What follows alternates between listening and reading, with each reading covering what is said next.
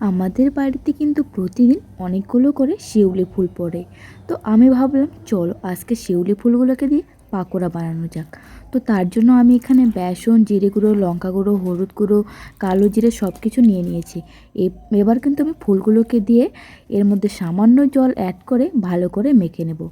হ্যাঁ, উপকরণগুলো কিন্তু সবগুলো ভালো করে মেখে নিতে হবে, যাতে ফুলগুলোর সঙ্গে ভালো করে মিশে যায়। আর অন্যদিকে আমি কড়াই বসিয়ে দিয়েছি। কড়াইয়ে তেল দিয়ে দিলাম। তেলটা গরম হওয়া পর্যন্ত আমি সবগুলো পাকোড়া এক এক করে কিন্তু দিয়ে দেব।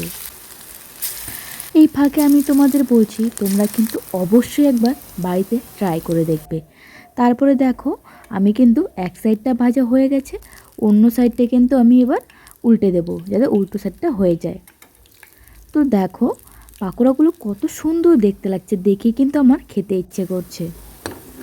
তো পাকোড়াগুলো আমার হয়ে গেছে, এরপর কিন্তু আমি তুলে নেব। এভাবে কিন্তু আমি সবগুলো পাকোড়া এক এক করে ভেজে নেব। অলরেডি কিন্তু আমার সবগুলো ভাজা হয়ে গেছে। এবার আমি ট্রাই করছি খেতে কেমন লাগে। খেতে কিন্তু অসাধারণ লাগে, আর একটু তেতো লাগে। তেতোটা আমাদের শরীরের জন্য খুবই উপকারী। ধন্যবাদ।